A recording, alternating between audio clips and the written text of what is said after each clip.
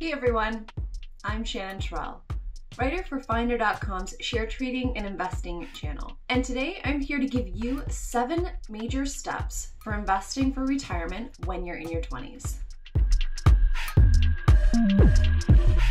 Okay, before we get into the 7 steps, I have to talk about compounding interest. It's the most vital building block of any successful investment.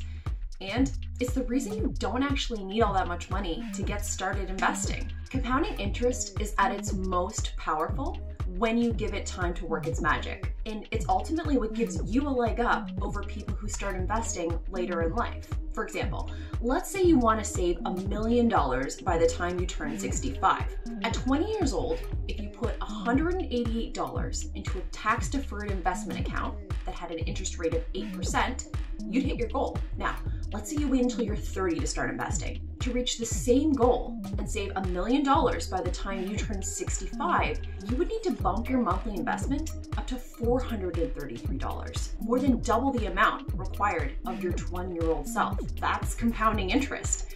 And the earlier you start investing, the better. Now, let's take a look at those 7 steps to get you on your way to investing for retirement. Now, before you can figure out how and where you want to invest your money, you need to get an accurate picture of your finances. You're going to need to sit down and take a look at your income, your expenses, and any debt or available savings. And if the thought of sitting down and crunching the numbers gives you major anxiety, try a budgeting app like Chime, Mint, or Trim. They're designed to sync up with your accounts and do the analysis for you. And remember, all you're looking for right now is to get a big picture overview of your finances. Before you get into investing, you'll want to consider an emergency fund. Financial experts recommend stashing away 3 to 6 months of living expenses to act as a safety net should you lose your job or face a large unexpected expense. So, add up your monthly expenses and multiply that number by at least 3 to get an idea of how big an emergency fund you need. And if you're not sure where to store it, high-yield savings or money market accounts are good candidates.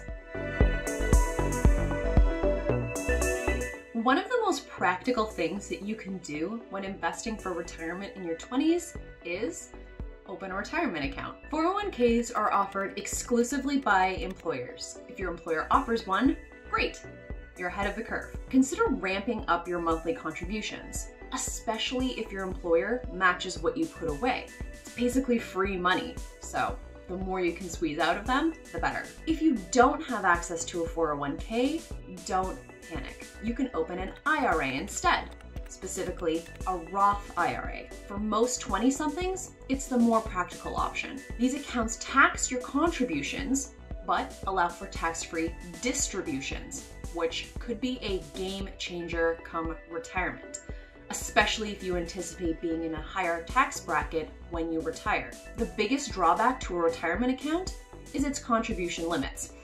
You can only deposit so much per year. In 2021, traditional and Roth IRA annual contributions are limited to $6,000 per account, or $7,000 if you're over 50.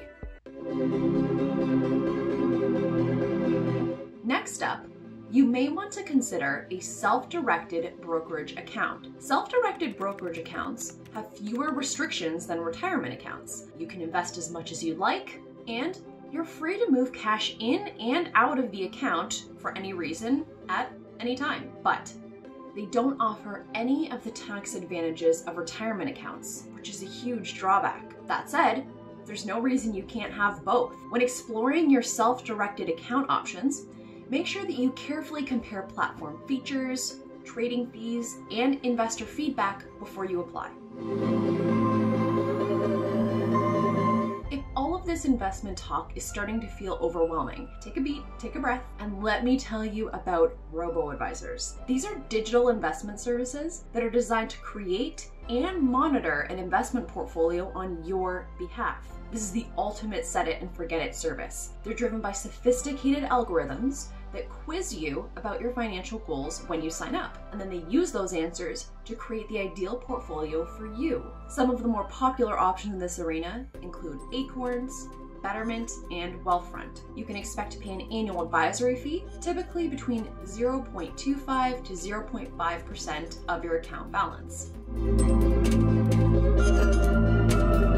No matter what type of accounts you have, you'll want to take a look at your risk tolerance before you start allocating funds. This is basically the level of risk that you're willing to take with your investments. Low-risk investments like bonds aren't as likely to lose money, but the gains aren't quite as competitive. High-risk investments like growth stocks are volatile and may easily lose money, but the potential gains are often much higher. When you're in your 20s, you can typically afford a little more risk than older investors, because if you make a mistake and your investments lose money, you've got some time to recover.